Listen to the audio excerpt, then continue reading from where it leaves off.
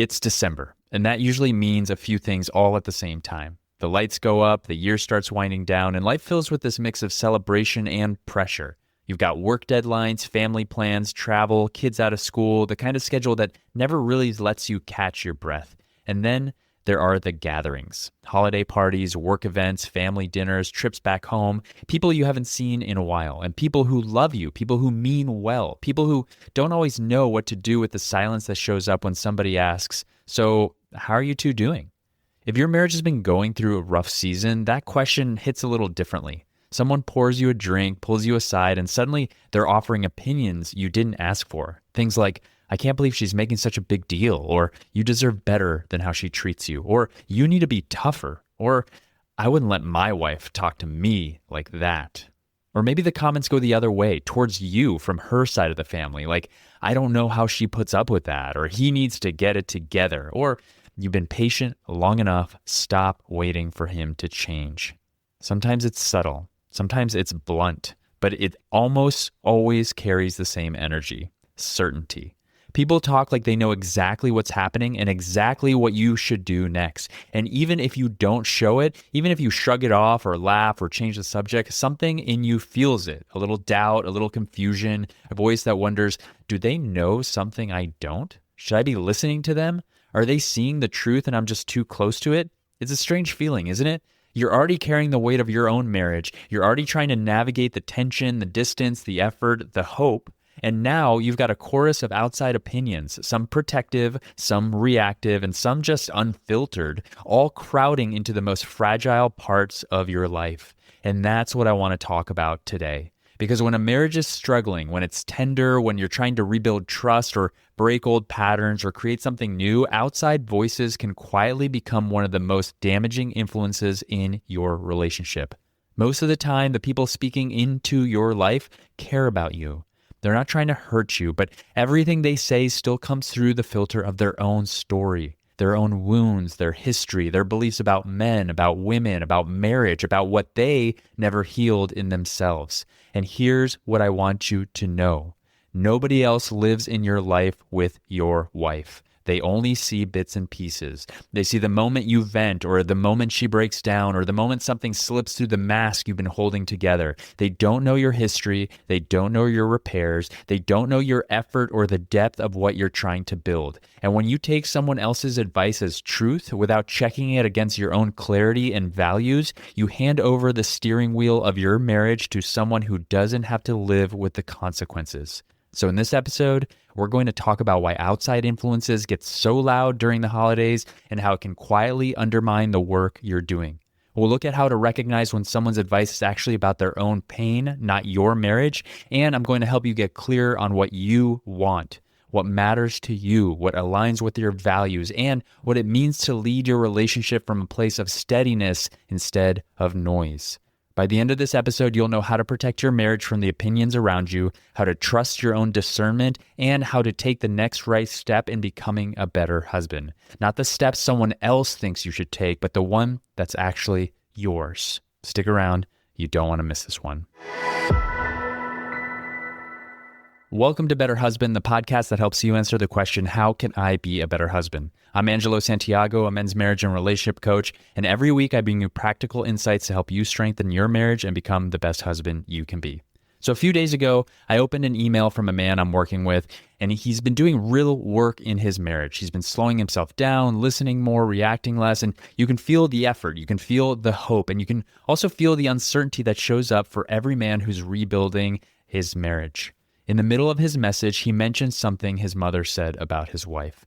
It wasn't the main problem that he was dealing with in his message to me, but it showed up in the flow of his story. And to me, it was a sign that outside voices were creeping into a space that needed to stay protected.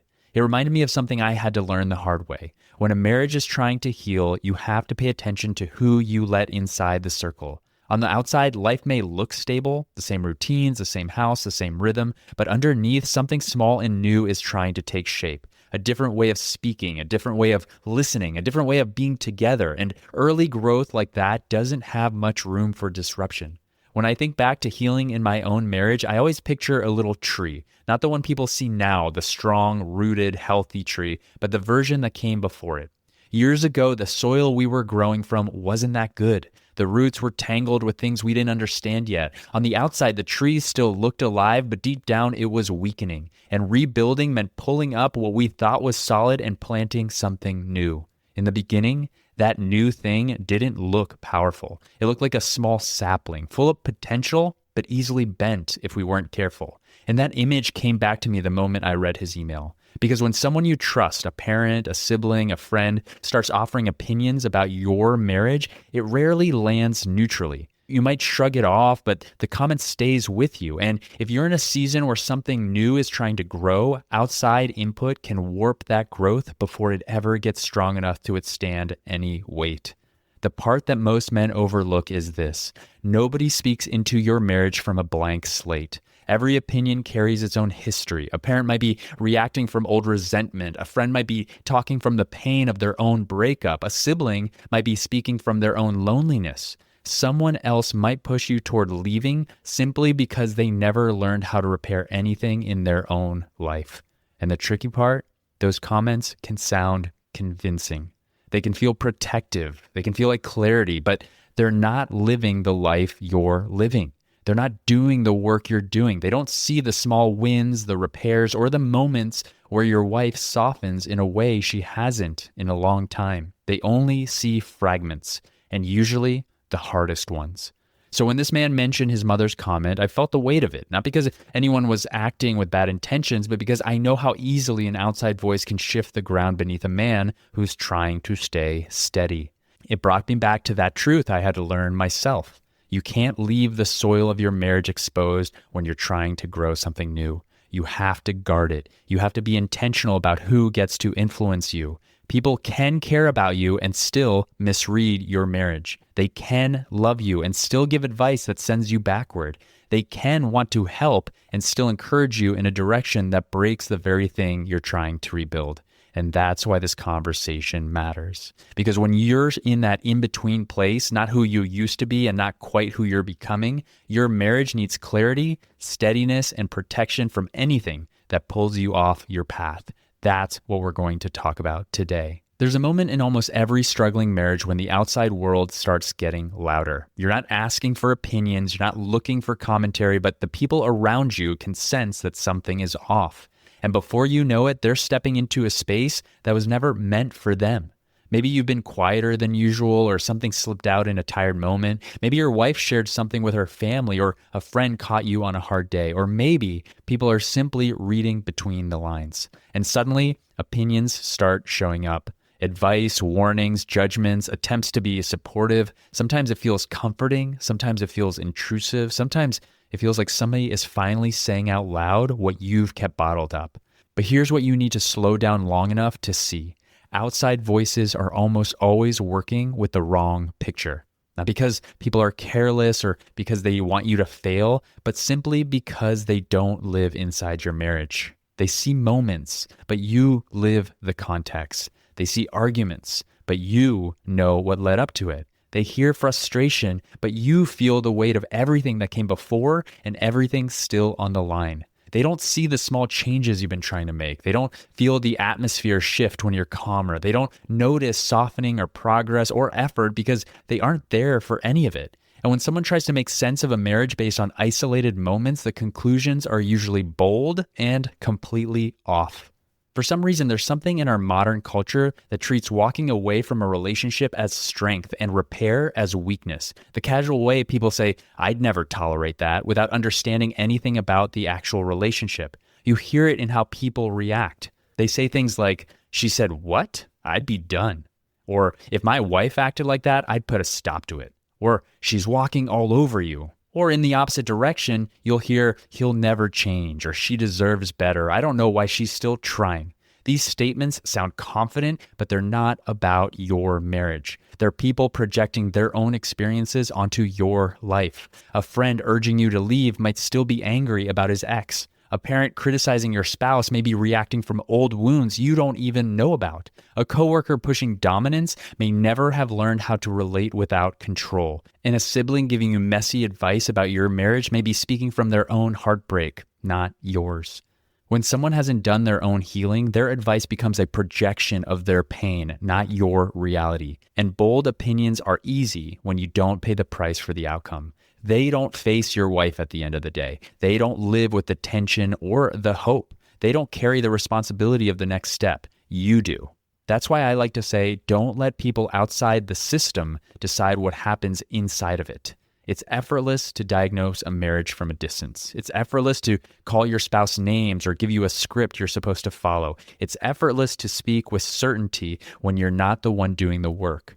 The man in the arena, the man actually trying, feels something completely different. He feels the responsibility, he feels the fear, the possibility of living side by side, he feels the cost of every choice he makes, and that's what most outsiders never consider. The real danger isn't that people talk, it's that their voices can drown out your own clarity if you're not paying attention. This is where steadiness becomes leadership.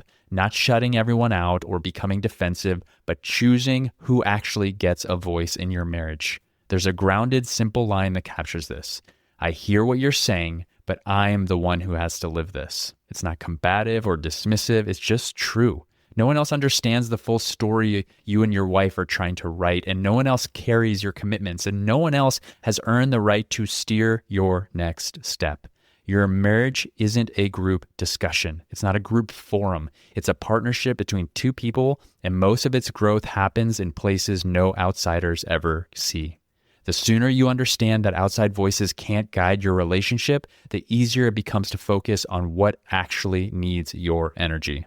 There's a part of healing most men never think about, and it's one of the reasons early progress can slip away fast. The beginning stages are fragile.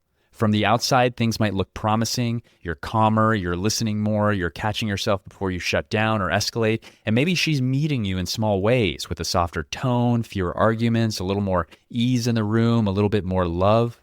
Those shifts matter, but they're new, and anything new takes time before it can support real weight.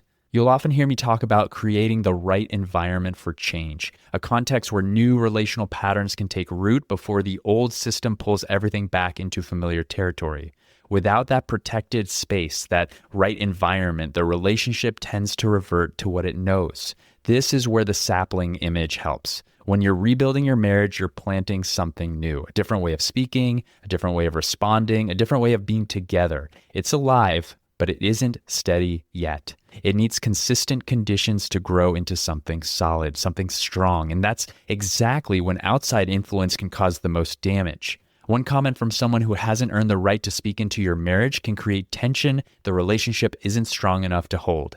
Something that felt hopeful now feels shaky. Something that was soft now feels exposed. Most people only know the older version of your marriage. They remember the distance, they remember the mistakes, they remember the pain you shared with them in the hardest moments. They don't see the new habits forming. They don't feel the small, steady shifts that are happening between the two of you. So when they offer advice or react strongly, they're responding to a story that's already outdated. If you're still building confidence, it's easy to mistake their reactions for clarity. You can find yourself pulled back into an old narrative just when you're trying to write a different one. That's why protecting the early stages of healing matters so much. It's not secrecy, it's stewardship.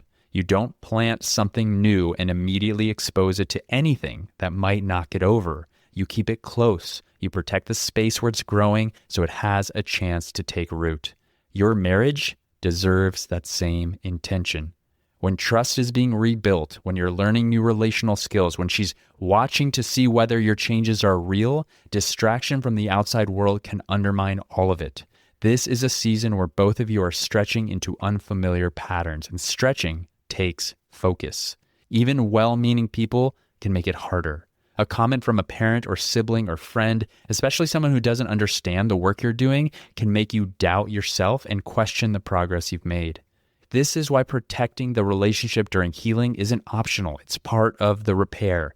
Not forever, not in isolation, but long enough for the new way of relating to find its footing.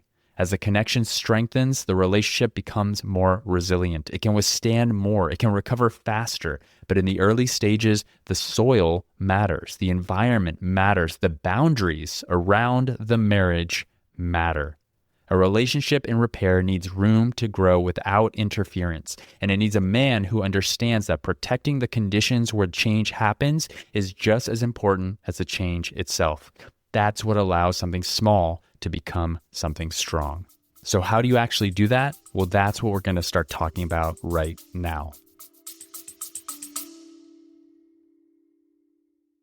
I want to take a quick break to tell you that I have a brand new workshop available and it's totally free. If you've been listening to this podcast and you're ready to go deeper, I want you to check out my training, The 3 Secrets to Becoming a Better Husband Without Endless Therapy, Hating the Process, or Pretending to Be Someone You're Not. Inside, I walk you through 3 key shifts that changed everything for me in my marriage and for the men who have used this to lead more connected, intimate, and grounded relationships. You can watch it now at betterhusbandsecrets.com, and like I said, it's totally free. It's the clearest breakdown I've ever shared of what actually changes a marriage from the inside out. So if you're ready to really do this work, go to betterhusbandsecrets.com or click the link in the show notes. Now, back to the show. There comes a point in every man's journey where he has to decide whose voice is going to lead his life. In those quiet spaces where choices are actually made, when the marriage feels uncertain, when the path ahead isn't obvious, when you're pulled between what you value and what everyone else thinks you should do, outside advice is loud.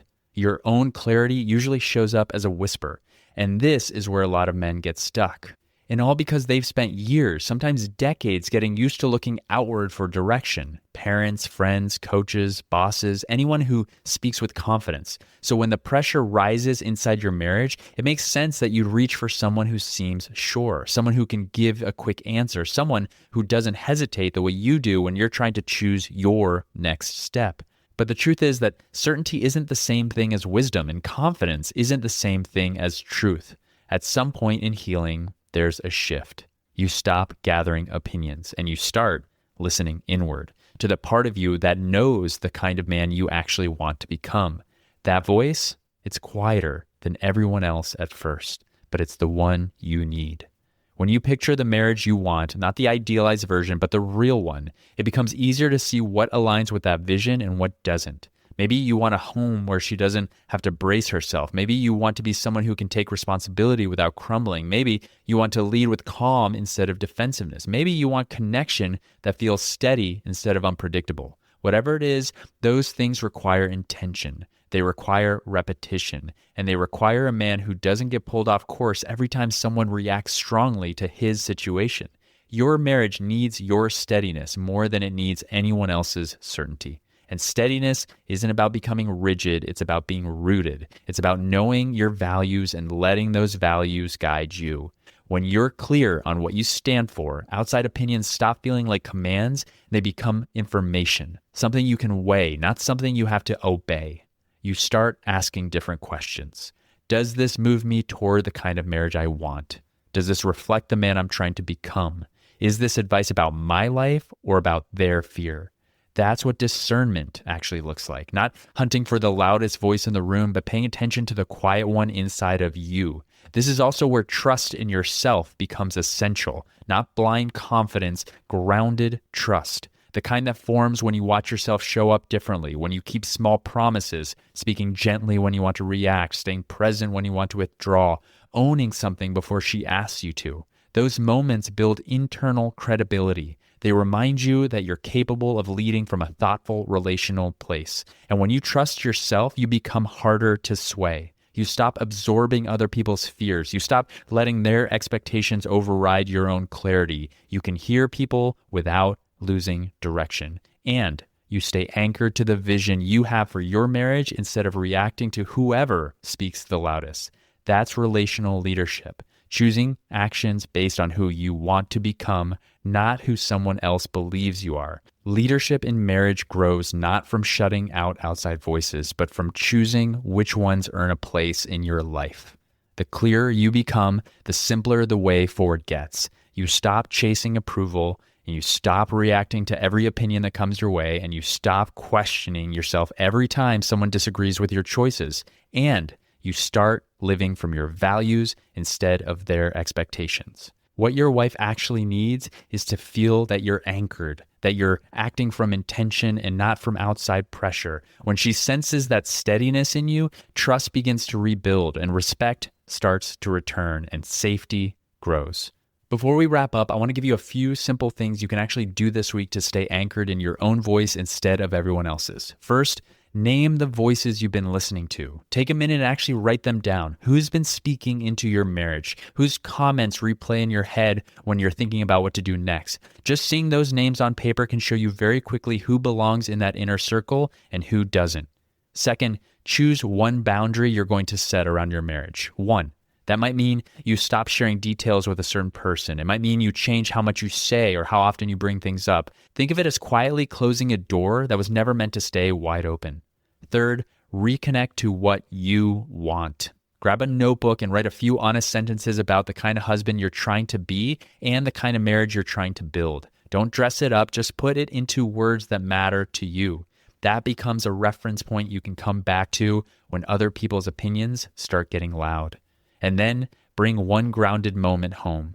This doesn't have to be a big speech. It can be as simple as looking at your wife and saying, "I'm working on showing up with more intention." One sentence, one clear signal that you're paying attention and you're in this. Now, as you move through this week, I want to leave you with a few questions to carry with you and reflect on. You don't need a journal session for each one. Just let them sit in the back of your mind and notice what comes up.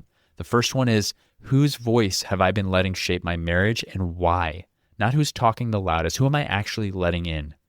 The second, how much of their advice really belongs to their own story and not mine? Where do you see their history, their hurt, their fears showing up in what they're telling you? And third, if I trusted my own read of this situation, what would be my next move? Not the move that would impress anyone else, the move that would line up with the man I'm trying to become. Sit with those as you go about your day and use them to learn to recognize your own voice. At the end of the day, nobody else lives inside your marriage. Nobody else sits with the weight of your choices or the hope you're still holding onto or the work you're willing to show up for. People will always have opinions. They'll always have something to say, but they don't carry the consequences. You do. Your marriage doesn't need more noise. It needs your steadiness, it needs your clarity, and it needs the quiet strength of a man who knows how to trust his own voice. That's what creates something solid, and that's what creates a stronger marriage that lasts. If you're ready to take this work deeper and learn how to lead your marriage with more clarity and confidence, that's exactly what we do inside of Better Husband Academy. You can send me an email at angelo@angelosantiago.com or visit betterhusbandacademy.com. You can just click the link in the show notes to learn more. Thanks for being here today, and thanks for doing the work. I'm Angelo Santiago. You're listening to Better Husband, and I'll see you on the next one. Thank you so much for listening. Before you go, I have a quick request. If you've ever gotten any value from the show and you want the show to continue to grow, to access bigger and more knowledgeable guests, and to keep providing you with more ways that you can be a better husband in your marriage, simply leave a rating and a review if you're listening on Apple or Spotify. It only takes a few seconds, and those reviews go a long way in attracting more experts and bigger guests to the show. So if you're feeling up to it, as a favor to me, I'd love to see a rating and a review from you. Thank you so much for being a listener and all your support.